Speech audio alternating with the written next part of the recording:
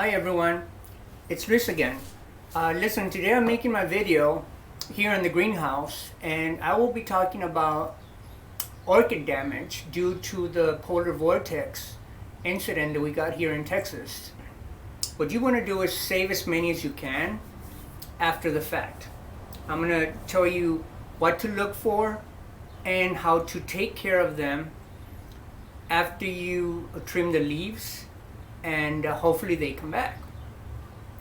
Okay, so first I'm going to show a paphiopedilum that has suffered really bad cold damage.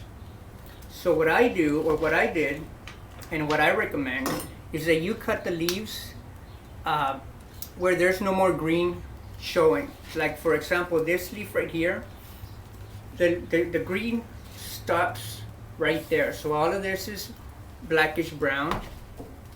So what you do is you want to cut there, like that. So here's another example of what I cut before, like that. You want to cut it either before or after. Now I've been cutting it over here just because I don't want to have to sanitize my shears every time I do go from plant to plant. But if you want to do that, that's okay. On this one, I just cut the dead part. See? No problem. So I'm not gonna sit here and cut every single leaf off of this one, but I will show you what I already did. This is another one that looked exactly like that one, but this is the end result. And if you end up with these fans, that's okay. Now what I recommend is that you do fungicide on the tips, because once the temperatures start warming up, or this starts dying off, and if it's fleshy, it will attract bacteria and mold. So I'm going to show you here an example where there's some mold growing on this plant. You see that? And there's some mold over here too. So what you want to do is spray it with fungicide.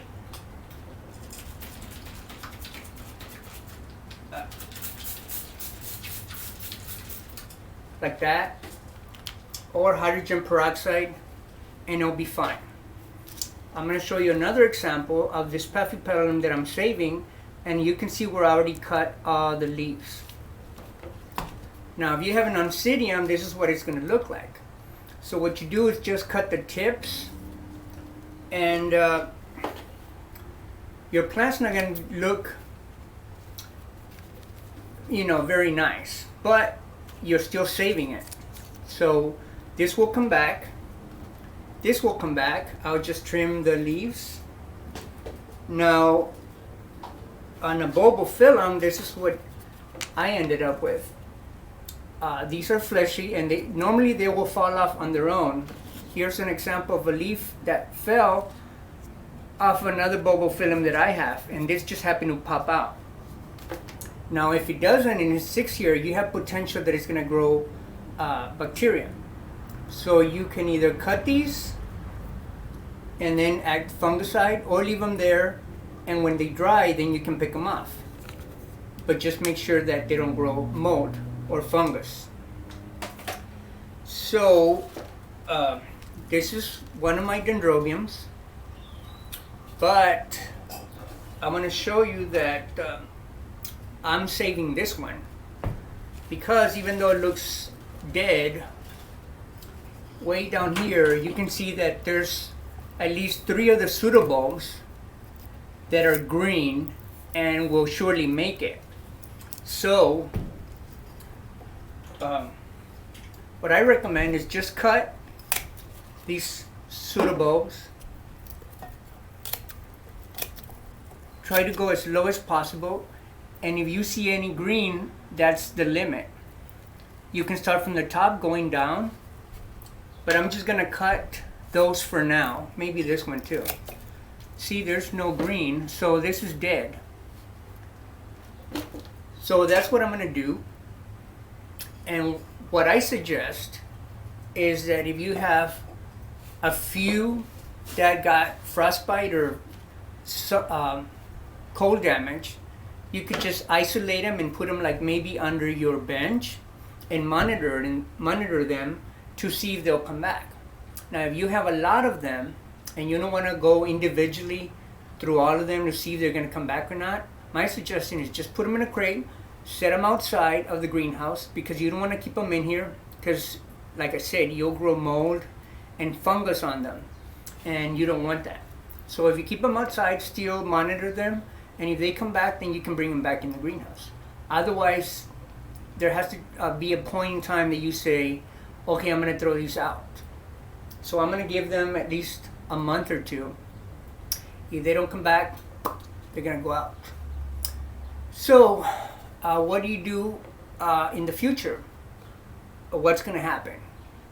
Well, my suggestion is that the ultimate savior, or something that's going to save you from a power outage, is to get a generator, gas generator. So if your power goes out, your generator kicks in, then you have electricity to power your greenhouse and your home as well. If you don't want to go that route, you can get a propane tank. Just make sure you get a fresh tank, because you can run out. Like in my case, I ran out. And also make sure that your heater is not faulty, because mine ended up being faulty, and I had to rig it so that it would stay on.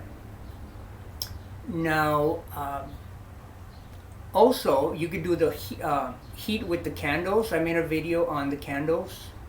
It's called cold damage or cold greenhouse, something like that. You can look it up. Or you bring them in, because more than likely your home's going to be super warmer compared to the outside, so you want to bring them in. So that's my video. I hope you enjoy it. I hope your orchids come back, make it, and happy growing. If you have any questions, let me know. Oh, before I forget, this one, this orchid, I think it has a little bit of green, so I don't want to throw this one right away. So anyways, I'm gonna continue doing this on my own, because I have others to tend to. But that's my suggestion. If you see some green, cut these off, set it aside, and if it comes back, then you save the plant. Otherwise, you're gonna have to throw it away. So hope you like it. Have a nice day. Bye-bye.